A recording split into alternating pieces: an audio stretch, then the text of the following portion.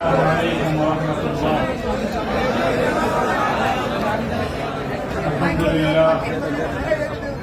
الحمد لله نحمده ونستعينه ونستغفره ونؤمن به ونتوكل عليه ونشهد أن لا إله إلا الله وحده لا شريك له ونشهد أن سيدنا ومولانا محمدا عبده ورسوله صلى الله تعالى عليه وعلى آله وأصحابه وبارك وسلم. أما بعد، فأعوذ بالله من الشيطان الرجيم. بسم الله الرحمن الرحيم. وإذ قال إبراهيم رب اجعل هذا البلد آمنا واجنبني وبني أن نعبد الأصنام. صدق الله العظيم. জামিয়া রহমানিয়া আজিজিয়া আজকের এই মিলন মেলায় আমার আসাদুল্লাহ کرام উপস্থিত রয়েছেন। আমার উস্তাদ মুহতারাম মুফতি হুজুর রহমান হাফিজাহুল্লাহ তাআলা, আমার অভিভাবক জামিয়ার সুনামধন্য প্রিন্সিপাল আল্লামা মাহফুজুল হক হাফিজাহুল্লাহ, আমার বড় ভাই মুফতি আশরাফুজ্জামান রহমত বারাকাতুহু আলিয়া সহ জামিয়ার আমার সকল সহকর্মী, আমার প্রাণপ্রিয় ছাত্রবৃন্দ এবং বিভিন্ন দিনী ইদারাগুলো থেকে, বিভিন্ন জায়গা থেকে এবং এলাকার বিভিন্ন অঞ্চল থেকে সমবেত দিন দরদি মুসলমান ভাইয়েরা, সর্বপ্রথম আমি আপনাদের শুকরগুজারি আদায় করতেছি যে আপনারা অভূতপূর্ব আজকের আপনাদের এই উপস্থিতি এবং আপনাদের এই অভূতপূর্ব উচ্ছ্বাসের মধ্য দিয়ে আপনারা ইসলামী আন্দোলনের পথ চলার একজন পথিককে অনুপ্রাণিত করেছেন। আল্লাহ রাব্বুল আলামিন আপনাদের সকলকে এর উত্তম বিনিময় জাযায়ে খায়র নসিব করুন। আমিন। কাটা কয়েকটা কথা আমি বলবো, সময় দীর্ঘ নয়। আর সকলে উপলব্ধি করতে পারতেছেন যে আমার প্রতিটা কথাই এখন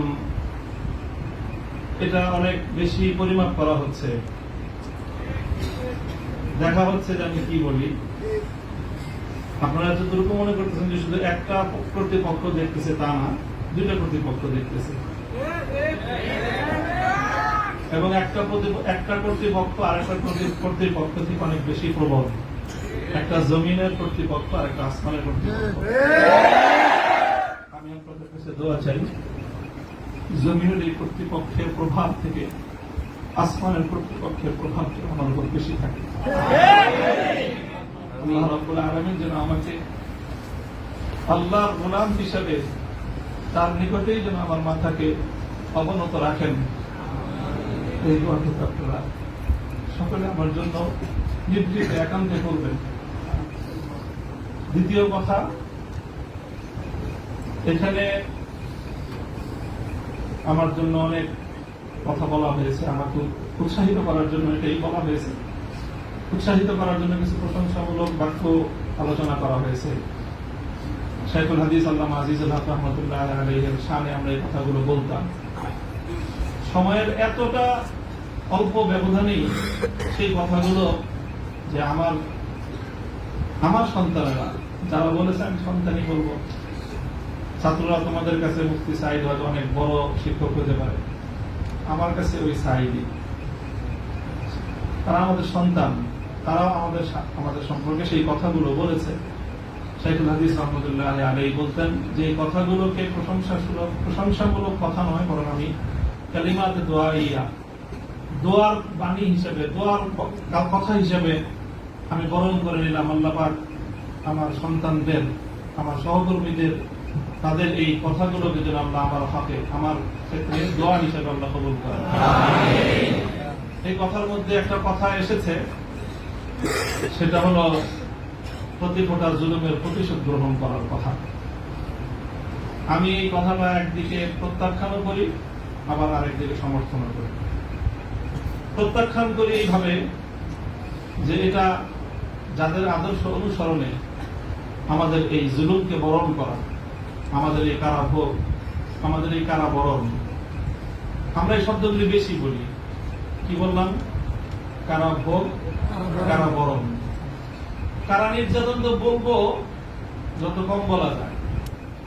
কারা নির্যাতন নয়, আসলে তো এটা কারা বরণ। আমরা তো জেনে বুঝেই এই পথে পা বাড়িয়েছি।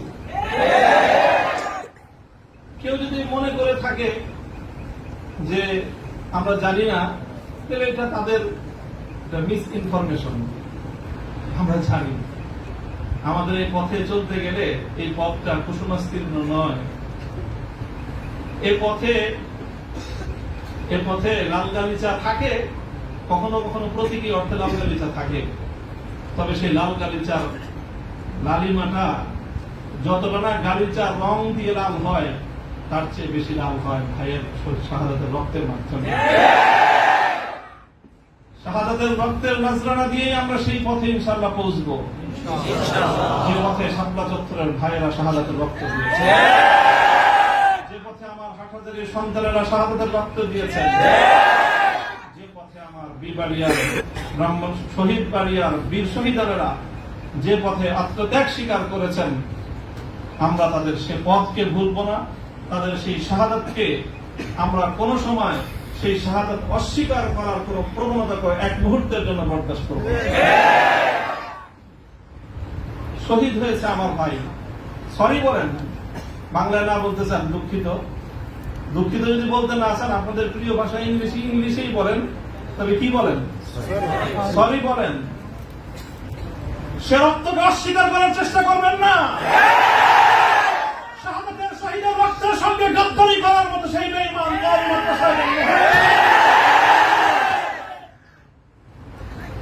কাজেই যে কথা বলতেছিলাম, এটা কারা বরণ আমাদের। কারা নির্যাতন তো অনেক পরের কথা। আল্লাহ পাক রব্বুল আলামিন কারা এই কষ্ট থেকে আমাদের সকলকে হেফাজত করেন। প্রতিশোধের যে কথাটা, সেটা আমরা তো পয়গম্বর আলাইহিস সালামের অনুসারী। নবী ইউসুফ আলাইহিস সালামের সেই বাণী, লা তাসরিবা আলাইকুমুল ইয়াউম, গতকালকে আমি বলেছি, আজও বলছি, আমরা কোনো প্রতিশোধ গ্রহণ করি নাই, করতে চাই না। করার প্রবণতা কখনো যদি আমাদের মন থেকে উদ্গত হয়, সেটা হলো ইন্নামা যালিকা মিন্নী ওয়া মিনাশ শাইতান। শয়তানের প্ররোচনায় কখনো হয়তো আমরা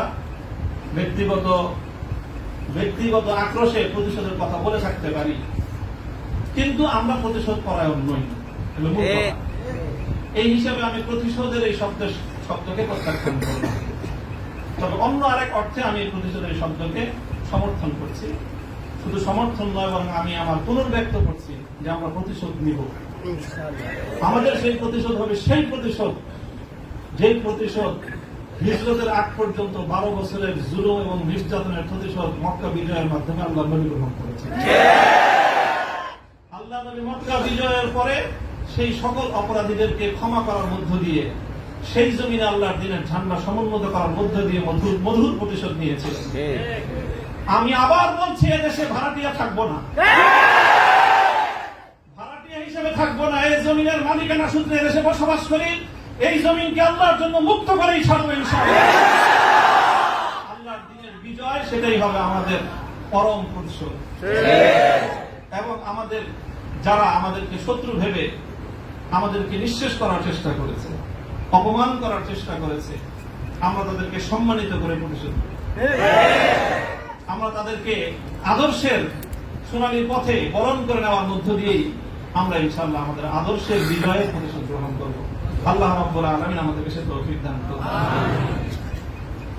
আরেকটা কথা বলা হয়েছে, অনেকের কথার মধ্যে আসছে যে ভবন, একটা ভবনের আলোচনা। এই ভবনটার গুরুত্ব একসময় আমার কাছেও খুব ছিল, 3 বছর আগেও খুব ছিল। যখন শুনলাম যে ভবনটা চলে যাচ্ছে, আমি তখন সর্বপ্রথম 2 রাকাত সালাতুল হাজাত করে দোয়া করেছিলাম যে আল্লাহ যেন খায়রাত ফয়সালা করেন। আর এরপরে এখন আমার অনুভূতিটা হলো যে এরকম ভবন না থাকাই ভালো। না থাকা ভালো কেন? দস্তারে না দারে মা গমে পেয়েছে না দারে, মা হেয়েছে না দারে গমে হেয়েছে না দারে। এইরকম ভবন টবন থাকলে এগুলোকে রক্ষা করার জন্য ডানে বামে অনেক কিছু তাকানোর প্রয়োজন হয়। ভবনও নেই, রক্ষা করার জন্য কার পায়ের নিচে তেল মারানো দরকার। আজ এখানে মাদ্রাসা, কালকে ইনশাআল্লাহ শাইখুল হাদিসের সন্তান মাহমুদুর হক সাহেব যদি মধুরী করে যে বসেন, ইনশাআল্লাহ ওই কেরানীগঞ্জের ওই একেবারে দূরের চরে বা কোন রুটের চর, কোন চরের মধ্যে সে বড় মাদ্রাসা হবে। প্রয়োজন নাই ভবনের, প্রয়োজন নাই মাদ্রাসার স্থাপন কোন সম্পত্তি।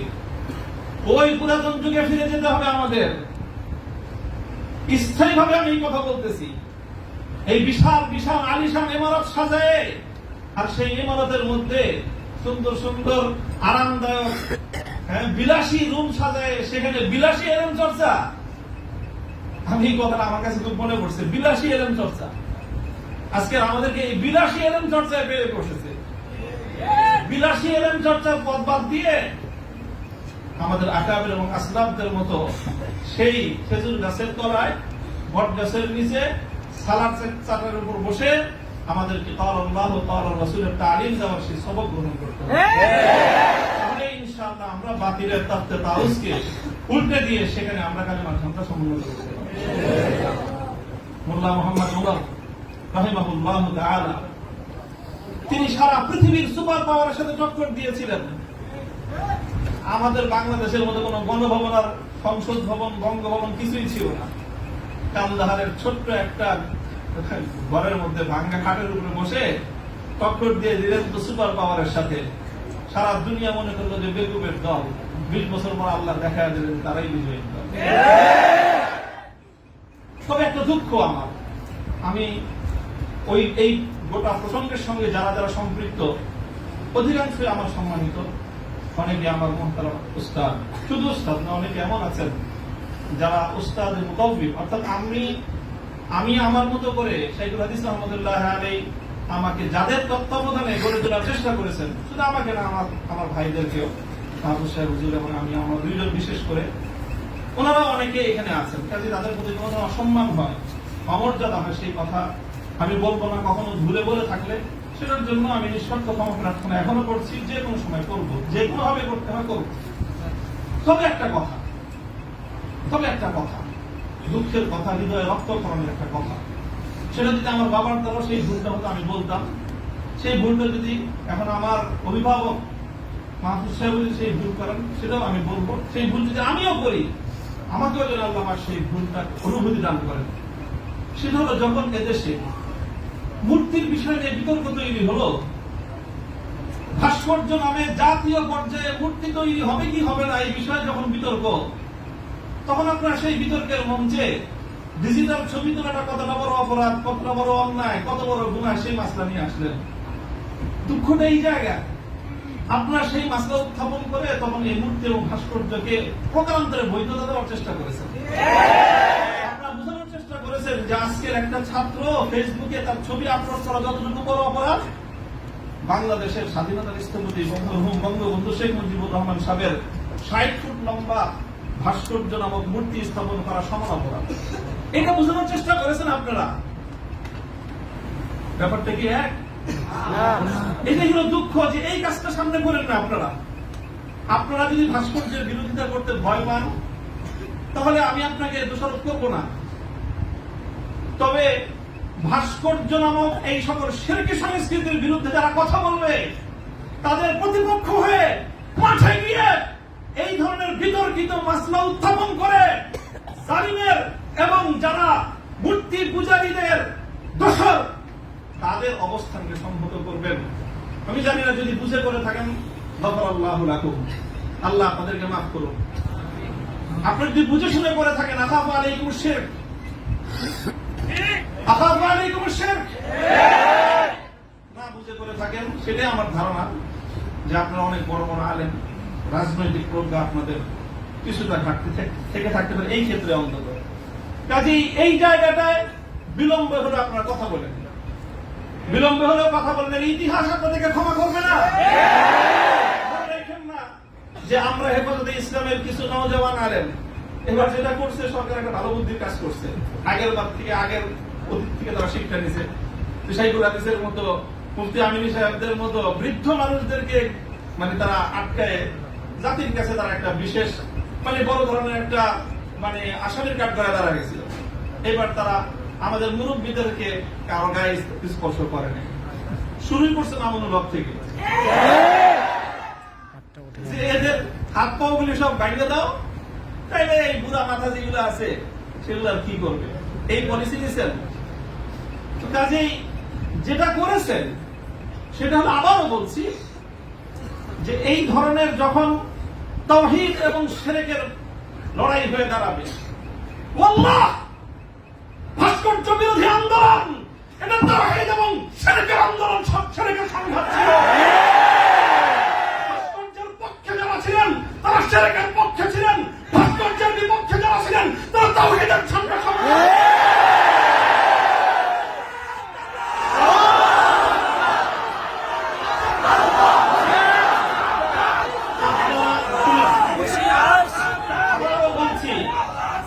ভাস্কর্যের পক্ষ বিপক্ষের এই লড়াইকে একজন মরহুম মুসলিম নেতা, মরহুম বঙ্গবন্ধু শেখ মুজিবুর রহমান সাহেবের ব্যক্তিত্বকে মাঝখানে এনে বিষয়টাকে ভিন্ন রং দেওয়ার চেষ্টা করা হয়েছিল।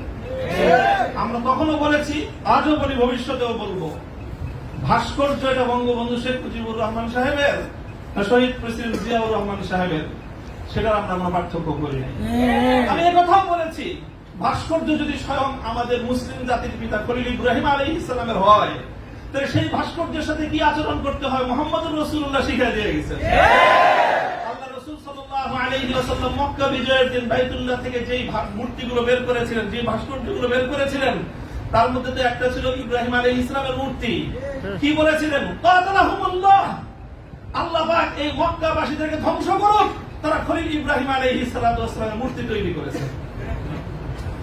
আমাদের কথা আপনাদের পছন্দ হলো না, আমি বললাম যে ভাস্কর্য বানায়েন না, এটা বানালে বঙ্গবন্ধু যদি মুসলিম হয়ে মারা গিয়ে থাকেন কবরে তার শাস্তি হবে। তো আপনারা মনে করলেন আমরা বঙ্গবন্ধুর বিরুদ্ধে বললাম, আসলে বলি নাই বিরুদ্ধে। তিনি যদি, আবারও বলছি, যদি আল্লাহ তাকে ইমানের সাথে খাতনা দিয়ে থাকেন, আমি জানি না কি অবস্থায় মৃত্যু হয়েছে সেটা কেউ বলতে পারবে না, তাহলে তার ভাস্কর্য, তার মূর্তি তৈরি করাটা এটা তার সঙ্গে চরম বিশ্বাসঘাতকতা। সর্বশেষ কথা হলো এই, খলিল ইব্রাহিম আলাইহিস সালামকে যখন এই মূর্তি বিরোধী আন্দোলনের, মূর্তি বিরোধী কার্যক্রমের পরিণামে নমরুদ কি করেছিল? অগ্নিকুণ্ডে নিক্ষেপ করেছিল। এটা সবাই জানি আমরা। কিন্তু অগ্নিকুণ্ডে নিক্ষেপ করাটা এটা নমরুদের প্রধান শাস্তি ছিল। নমরুদ ইব্রাহিম আলাইহিস সালাম থেকে যে প্রতিশোধটা গ্রহণ করেছিল সেটা কিন্তু প্রধান এটা ছিল না যে ওনাকে কি করেছে, আগুনে নিক্ষেপ করেছে। আর খলিল ইব্রাহিমকে আগুনে নিক্ষেপ করে আর কি প্রতিশোধ নেবে? যে বেটা তার প্রাণাধিক প্রিয় সুপুত্রকে আল্লাহর জন্য হাসি মুখে কোরবানি করতে চায়, তার নিজের জীবনের দাম তার কাছে আর কতটুকু, তার কি মারবে আর কি জ্বালাবে?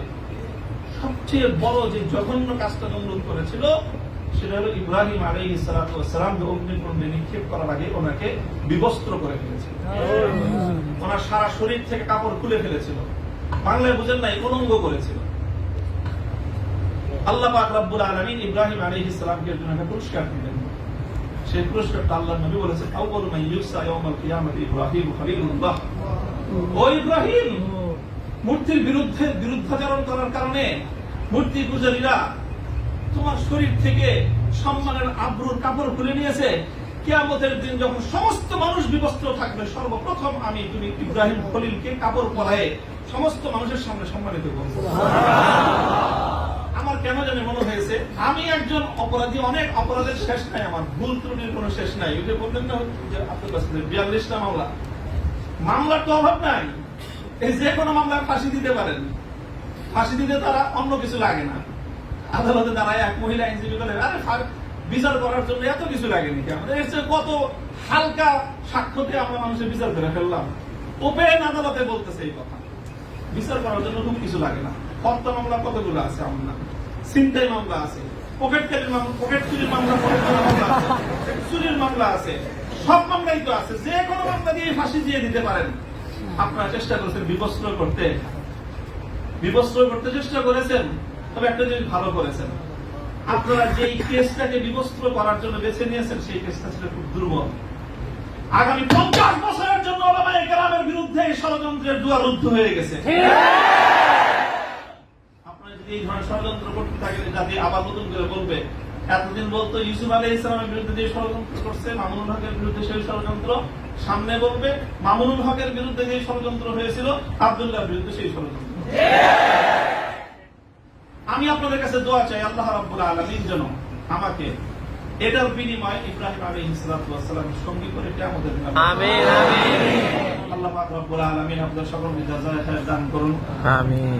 আর অনেক বড় কথা আছে যে আমার এই সম্পূর্ণ এই যে আমার বিরুদ্ধে এত কিছু, এত বড় অভিযোগ বা এতটা মানে নিষ্পেষণের শিকার আমি কেন হলাম, এই কারণটা এখন আমি বলবো না, তবে আপনাদের সকলকে বলবো বাবরি মসজিদের জন্য আপনারা দোয়া করবেন ইনশাআল্লাহ। ওয়া আখিরু দাওয়ানা আলহামদুলিল্লাহ।